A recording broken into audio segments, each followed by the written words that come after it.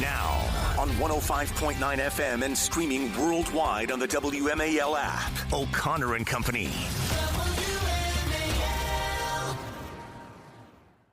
Wow. Well, we have made it through another work week. Patrice, good morning. How are you doing? Great, Andrew, and happy Friday, everybody. Happy Friday, Patrice. This is what I look forward to every Friday that I'm filling in on O'Connor and Company. It is, by the way, 5:07 a.m. on News Talk 105.9 WMAL, making sense of the news. This is O'Connor and Company. No, I'm not Larry O'Connor. Larry will be back soon. I'm Andrew Langer in for him, as we've said, sitting alongside Patrice Onwuka, who has wished us all a happy Friday. I'm so glad about this. Listen, we got a jam-packed show, as we always do. Very excited, by the way, for those of you who do the commute between Maryland and Virginia along the American Legion Bridge, the new HOV lanes, the express lanes on I-495 are opening up tomorrow. We're going to be joined by Michelle Holland from VDOT, the Virginia Department of Transportation. We got Greg Pemberton, the chairman of the D.C. Police Union. He's going to be joining us to talk about, the back and forth between the D.C. City Council and Congress on common sense legal reforms to help the police do better. Mike Brest from the Washington Examiner is going to join us as well to talk about this this video, Patrice, that's going around. Yeah, the video of Democrats telling military members that they should refuse orders. Because I know that if Republicans had cut this video, we'll talk about this later, but if Republicans had cut this video while Joe Biden was president, you can bet that not only would there have been a hue and a cry from the media and recollections of J6, but there would have been an immediate spying on whatever member of Congress had done that. Oh, for sure. Oh, yeah. So, listen, Patrice, because we haven't chatted in a week, and there's lots going on. The Christmas tree is up at Reagan Airport. I was in New York, as you know. I was in New York, was over by Rockefeller Center on Monday evening, and the big tree is up. It's got scaffolding running. Nice. You know, they built I don't know if you've ever seen the tree at Rockefeller Center, but it's massive. And they literally build like a building around it when they put it up. It's amazing, the scaffolding there. But it begs the question, we're seeing Christmas decorations go up. We have this, actually, it's funny because we had this discussion at the dog park yesterday about folks putting up their decorations, and somebody was really happy that there's a house where I live where they still have their Thanksgiving decorations up, obviously.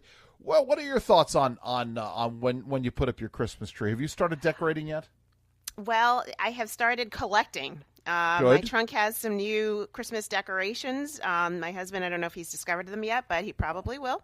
Oh, boy.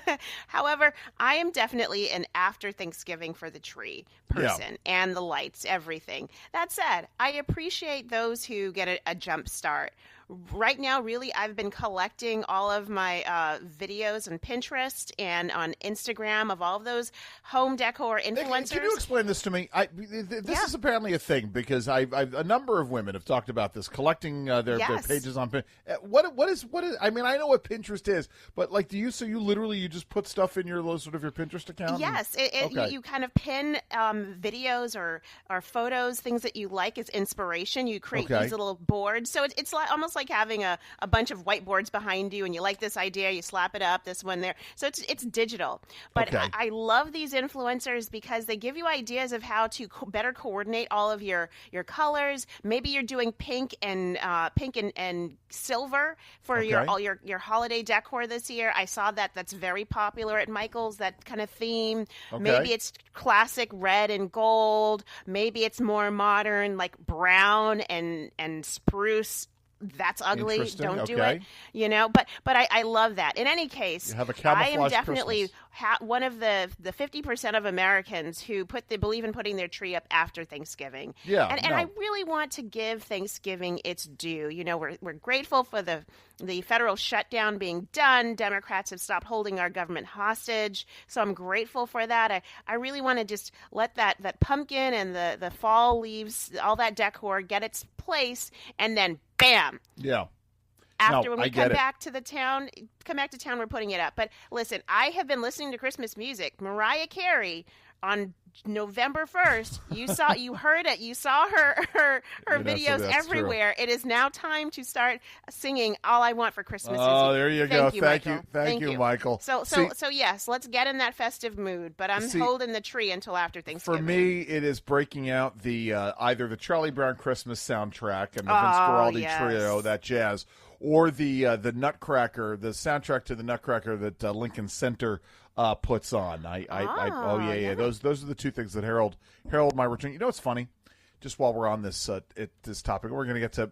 Actually, this is perfect. It's about music because I'm very excited that the Beach Boys are going to be coming to, or what's left of the Beach Boys, coming to the National Christmas Tree Lighting in D.C. on December 5th. Very excited they're coming up. The tree is going to arrive at the White House next week. I was fortunate. It's so funny. I got years ago a series. I worked for a law firm, one of my very first jobs in D.C., and I was asked to DJ the kids' Christmas party one year. They did a big Christmas party for the kids. And is that what a first-year law student has to do? No, this is many many moons ago. But the funny thing is, I got these great Christmas albums. So I have a whole collection of obscure Christmas songs. See, the other thing in my family, it's not just Vince Guaraldi or the Nutcracker, but there's a song that was really popular in New York in the 80s called Dominic the Donkey, and Dominic the Italian Christmas Donkey. Yes, and so that's how my brothers tend to kick off.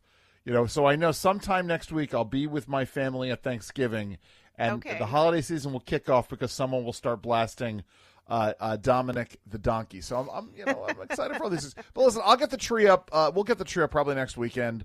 My wife, her big thing is nutcrackers. So we have a whole collection of nutcrackers. We were at a crafts festival a couple of weeks ago, and she saw a William and Mary nutcracker that she just had to have. And the irony is, our younger one was at the same arts festival a couple of hours later, and she texts me, "Hey, there's a William and Mary nutcracker here. Should I get it for Mom?" I'm like, "Yep, taken care of. Sorry, I know you were all set for trying to find something for your mom for Christmas, but no dice there. No, for me. So when does your husband put up the? I'm sorry, this is sexist of me. When does he put up the lights outside? It is sexist because why would I not be putting up the lights, Andrew? But we are but in fairness, family, so yes, he does put up the lights. We usually pick a nice warm Saturday in early December, so probably the first week of December, or maybe if he's off from work in the middle of the week, then he'll put them up. We usually stage the basement with all the lights. We have to lay them out, and then we have a nativity set that lights up. So I have to put it together. I have to figure out what's working and what's not. Then we bring everything upstairs in stages. He's like, you know what, maybe we should just get those permanent Christmas lights and just be done with it. And I said, absolutely not. That would only be additive to what we put up separately. We have got to go through the process of a frostbite on our fingers as we're trying to figure out which little bulb is broken in the string, the 30-foot string of lights. I'll put it out on Twitter. It's part of the process. I'll put it out on Twitter. I finally, a couple of years ago, got something that I've been looking for years. There was this silhouette nativity set that a lot of people had. Yes, and it's just a plain wooden boards. You yes, put up. I know exactly what you're talking about. What I'm going about. But the thing is, if you look at it in a slightly different way, it looks like two Tyrannosaurus Rexes fighting over a table saw. And I finally got one last year before last. So I've got that. I'm very, very excited for it. Listen, we've got so much more to get to, but first it's 5:15 a.m. WMAL, making sense of the news. Live from the Home Paramount Pest Control Studios. Home Paramount, the leader in pest control since 1939. Oh, you found it. You found it, Michael. This Patrice, this is Dominic the Donkey. I have never heard this. Oh, yeah. Very big in New York. Very big in New York when I was growing up. The Italian Christmas donkey, Dominic the Donkey. Anyway, so, So I'm sorry, and I apologize to anybody, the women out there who take the lion's share of the responsibility in putting up the outdoor lights. The cruel assumptions that I made. I just know my brother. Shame on you, Andrew. Yes, my brother and I have been talking about this. Did I not share this with you? the debate we had, and now I'm always needling them. One of the things that I do, I put lights up, obviously, out there. I don't climb up on my roof to hang lights. But a couple of years ago, I invested in a white laser projector. Now, I do have the green and red one that drives everybody Andrew, up the wall. I know, it's terrible. Did we talk about this? That this is Andrew, no. Please do not be that neighbor. That is so cheesy. Okay.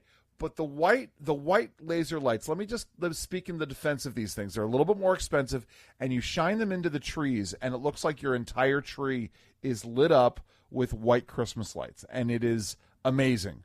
But every time my brother is like, well, what are we going to do about his house? And I'm like, well, all you have to do, Elliot, is go and jam one of these laser light projectors in front, and he just looks at me like I'm crazy. You are competing with the people who have the inflatables. Whose yards guilty as charged. Guilty as charged. Andrew, are you that neighbor? So there's neighbor. A house that in Bowie, and it has inflatables for every season, yes. And not just one or two. It is like it's like a graveyard of inflatables. You can't turn around without. So they had a full Halloween inflatable fest, and by the next morning, it was all gone. And I'm preparing to see them put up their multi-Snoopy Jesus Christmas inflatable fest for the holiday season. All right, so it's cute for the kids, but Andrew, you want something that feels tailored, feels curated. You want something that is going to get the home editor at Home and Gardens excited, Andrew. Oh, no. See, there you go. No, I've no interest in making the editor at Home and Gardens, Better Homes and Gardens, excited. But hold on for a second, because we do the inflatables. Halloween at my in-laws, I have a collection of inflatables that I bring over to my in-laws' house, and we put them up there to make it look festive for when the kids come by. And I've got, like the Stay Puft Marshmallow Man. I could tolerate the Halloween ones. But I will say that for Christmas, I have one inflatable, a single inflatable, and it is the Bucky. You're familiar with Buc-ee's? Buc-ee's is the big thing. I've heard about it. Okay, Buc-ee's is like this massive. It's not a truck stop because trucks can't go there, but it's a massive gas station travel stop chain. They serve amazing barbecue, and their symbol is the Buc-ee's beaver. And so a couple of years ago, I got a Buc-ee's inflatable beaver Santa Claus. So it's the Buc-ee's beaver in Santa Claus regalia. Oh my gosh! And I have that up. And it's a Santa. Yes. The other lights I do put up on my tree. I am that neighbor. I have a light up, regular Christmas light LED inflatable, not inflatable, LED flag that I hang up, American flag that I hang up. Okay, that yes. We can do. So I'm okay with that one. The other stuff, Andrew, I think your yard is looking like I don't know what. It looks like a junkyard of different Christmas decorations. In my mind, I'm sure it's well put together. I need a Pinterest board. I'm going to set up your Pinterest account. But I will also say that what I love about this season are the competition shows, the light competition shows. So, like my neighborhood, the HOA had set one up, and we talk about this every year. Right. My family, we won one year, and then the competition got a lot stiffer, sure. and then I haven't seen the HOA talk about any more competitions. I think it's because they know we had a Trump sign in our yard this year or last year, so that could be it. But I also like watching those shows on TV, Andrew, where you see these elaborate light displays. People go spend thousands of dollars Absolutely. and pretty much set up free neighborhood tours of their properties. And I'm all here for it. I love something. There is a neighborhood where I live where I don't know how they do it, but they get these light up ornamental balls that are giant. So let's say they're 2 feet across, and somehow they must bring in a cherry picker because they get them hung in high up in these maple and oak trees. Yeah, they have to have some sort of mechanical which is machinery. Amazing. But that's what you do is you go and you tour these other neighborhoods.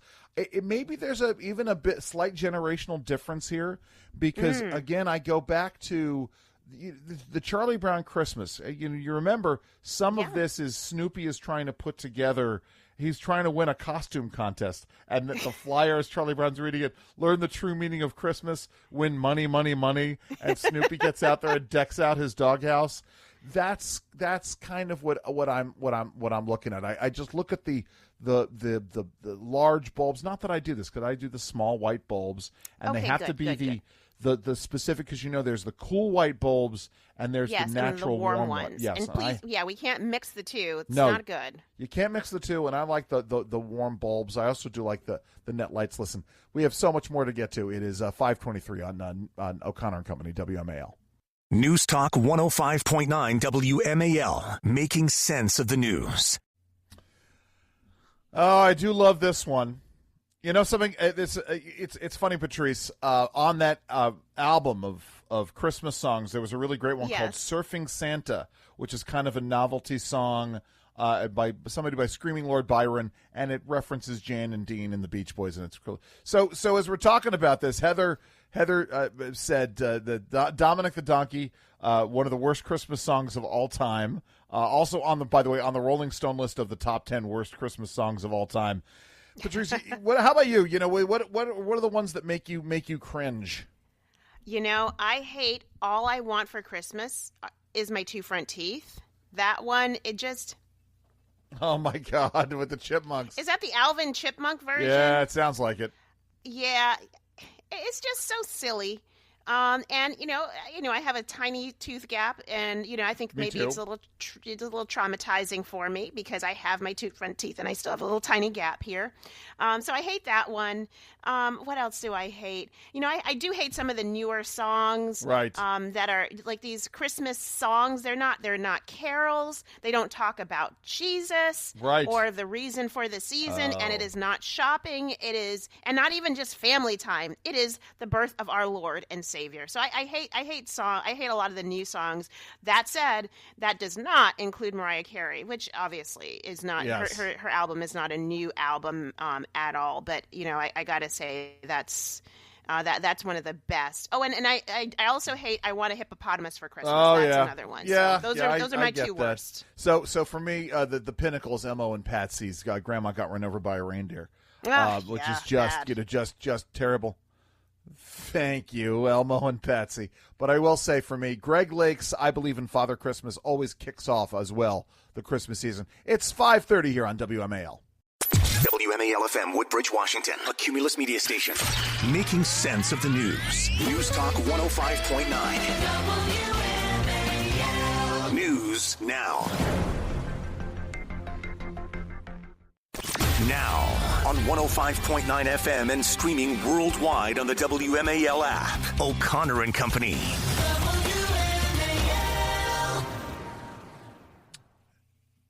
It is 5:37 on News Talk 105.9 WMAL. We are making sense of the news. Happy Friday to one and all. Hello, Patrice. Happy Friday, Andrew. Happy Friday. I really appreciate you being on with me today, me being on with you. Listen, this is O'Connor Company. If you're checking out my X feed at Andrew_Langer, I do have a picture of that nativity scene up there. I'm looking for a good picture of the Buc-ee's inflatable Santa.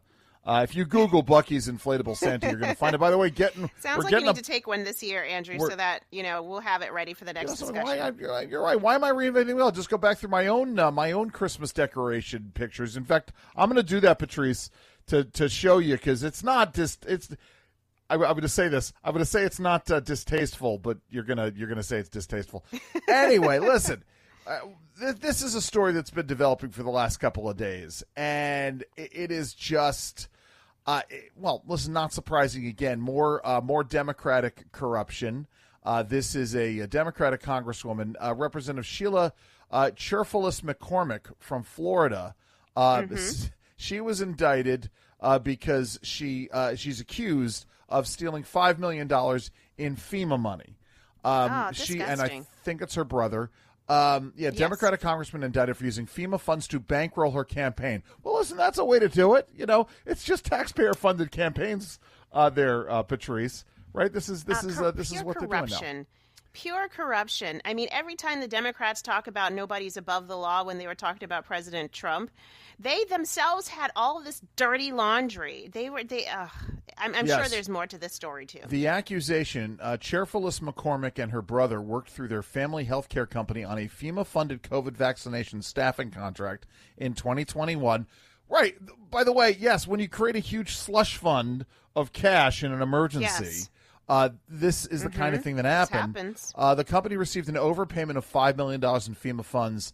They allegedly conspired to steal money by routing it through multiple accounts to disguise its source. Prosecutors allege that a substantial portion of the misappropriated funds were used as candidate contributions to her 2021 congressional campaign and for the personal benefit of the defendants. Sounds like she could be a Democratic politician from Baltimore. She should run for mayor of Baltimore because that seems to be like a Baltimore thing to do.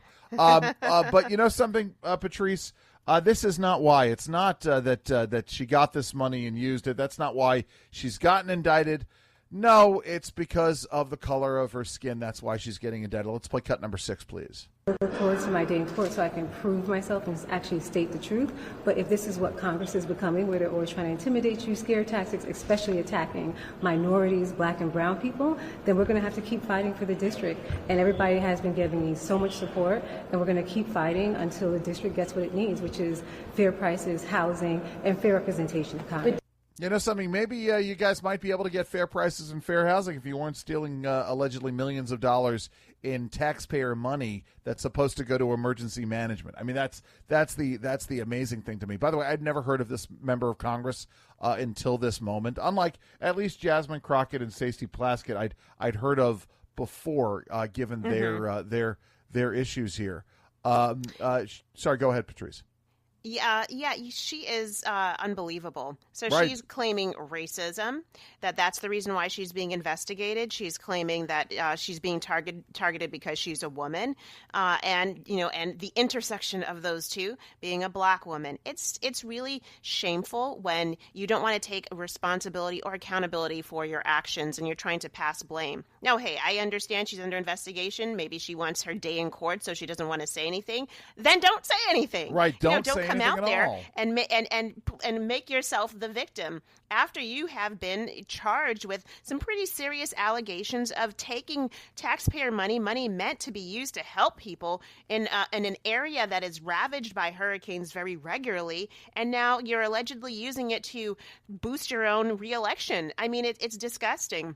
And let me just add please. here that Sherphyllis McCormick, she won a special election in 2022. This is in Florida. She won the seat. She completed the term of Democratic Representative Al C. Hastings, who died in office. If that name sounds familiar, it's because in the 80s, he was riddled with corruption cases, bribery allegations, et cetera. So maybe there's something about that seat that is just ripe for corruption. Maybe that's what it is, Andrew. Or the Democrats in the South. I mean, as a sort of a general rule, there have been quite literally books written about this. Here's what I come back to. I literally had this conversation yesterday. I was doing a podcast interview with somebody. One of the things that guides me, folks, in terms of my public policy work, I don't know if you know this, Patrice, is a 1992 Supreme Court case, New York versus United States. And all of this work can be summed up. Public policy, good public policy can be summed up here. Thusly, the Constitution protects us from our own best intentions. It divides power among sovereigns and among branches of government precisely so that we might resist the temptation to concentrate power in one location as the expedient solution to the crisis of the day. And there's a lot bound up in that statement. It's about the Constitution, the balancing of power and the diffusion of power. It's about the deliberative nature of governance and public policy, but it's also about not making policy in a crisis. When you make policy in a crisis, it's invariably bad policy. So when you make policy in the middle of essentially a pandemic that was massively overblown, and used as an excuse to spend prodigious sums of taxpayer money, guess what? You're going to get the corrupt, especially the corrupt office seekers, who are going to take advantage of that and take advantage of the public trust and the public fisc. This is exactly what it appears has allegedly happened. I've got to, Patrice, we're on the air, so we got to coach it just so that got to make it really clear. Allegedly, this is allegedly what happened, but this is something that has actually happened in the past. We got more coming up. It's 5:43 on WMAL. Later this morning on the Chris Plante Show, the Washington Post headline reads, "I love your sweater. Is it made from gay sheep wool?" 9 a.m. on WMAL. Oh boy, Chris Plant. I love listening to Chris, man. It's always good. The teases are just exquisite. So, it's funny. We're going to talk about this issue, and I teed this up earlier a little bit. We're going to talk about the issue of the Democrats putting out this video of, encouraging U.S. military service members to disobey what Democrats are deeming as illegal orders. And I said early on that if a Republican had done this while Joe Biden was president, there would have been a massive hue and cry and massive investigations. Yeah. And I say this because there were massive secret investigations of Republicans, enemies of and I'm not going to call, wouldn't call themselves enemies, but the Biden administration and the Democrats would certainly call them enemies of Joe Biden. And this story, it just keeps getting worse and worse. The DOJ under the Biden administration was weaponized against Jim Jordan and Jordan's phone records. The Biden DOJ subpoenaed Jim Jordan's phone records covering more than 2 years. The Department of Justice subpoenaed the personal phone records of House Judiciary Committee Chairman Jim Jordan in 2022, seeking the Ohio Republicans' phone data covering more than a 2-year period. The subpoena shows a federal prosecutor who later worked on special counsel Jack Smith's January 6th investigation ordered Verizon to hand over the phone data, also known as toll records, reaching out to January 1, 2020. The request appears to be the most expansive yet of the publicly known subpoenas targeting senators and current and former House members during Arctic frost, the investigation that led to Smith bringing election-related charges against President Trump. I mean, this is – listen – transparency of government is absolutely essential, and we need to be unpeeling these things. And I know folks are like, well, why are we still focused on this? Why are we still focused on this? Because we have to know, in the same way, listen, we should still be peeling back what was going on with Joe Biden while he was vice president, and Hunter Biden was getting paid millions of dollars. We need to know that at that time. Listen, let's go back to during the Obama administration, and Hillary Clinton was Secretary of State, and 2 of her senior aides are double dipping with a consulting firm whose clients have business with the State Department. We need to know that our government is not abusing its powers and that our politicians are not corrupt. I know you agree with me here, Patrice. Well, I mean, obviously, Andrew, I think that should be obvious to most common sense people. Unfortunately, it's not to common sense people, at least to those on the left who have an issue with this. I mean, it's important for us to understand. And let's not forget Jim Jordan. He led some really important hearings, investigations into what the Biden administration was doing, into, frankly, what was happening during the pandemic when it came to Dr. Fauci and Dr. Fauci working with, different federal agencies, both to silence the voices of Americans, to control the kind of information that was getting out about the vaccine and about COVID, and so on. And it is important that we understand now just the ends that the Biden administration was working behind the scenes to undermine what was being done constitutionally recognized duties of the chairman of the House of Judiciary. So, I mean, this needs to be done because we talked a lot for years about accountability. We talked about wanting to make sure that this does not happen again. And how do you ensure it doesn't happen again? You understand what went on. You understand what the Biden DOJ was actually doing, what maneuvers they were relying on to investigate, holding these kind of clandestine investigations. You understand what they're doing so that if they get back in power, that they're not able to use the same dirty 100%. Tricks again. Well, and that's just it. It's interesting because I used to talk about this within the context of the IRS targeting scandals during the Tea Party movement targeting in the mid-2010s. Nonprofits and conservatives, yes. And I used to say that, the way it was supposed to work in Washington, if you were caught doing a bad thing, if you were a government official and you were caught abusing your power, you would not only get fired and you'd sanctioned, possibly prosecuted, but the policies that led to your abuse of that power would be changed to prevent that power from being abused. This did not happen in the wake of the scandal, and eventually the truth will out, and eventually folks were punished, but it took a very long time. Here we're seeing the same things, and I got to go back and look because, correct me if I'm wrong, but one of Stacey Plaskett's one of her defenses in terms of her receiving text messages. You weren't on the air. From Jeffrey Epstein. Did Jeffrey Epstein while things were going on, was that she was dealing with Jim Jordan's. I think it was either Jim Jordan or James Comey's. Jim Jordan or Comer's grandstanding in committee. Wouldn't have been Comey. It would have been Comer. But I gotta go back and look at that. But here's the thing: Jordan, a close Trump ally, is the latest in a string of lawmakers who have recently learned that the DOJ sought their toll records as part of Arctic frost. Former House Speaker Kevin McCarthy's were sought in 2023, as were the records of Senate Judiciary Committee Chairman Chuck Grassley and at least 10 other Republican senators, including Lindsey Graham, Marsha Blackburn, Ted Cruz, and Ron Johnson.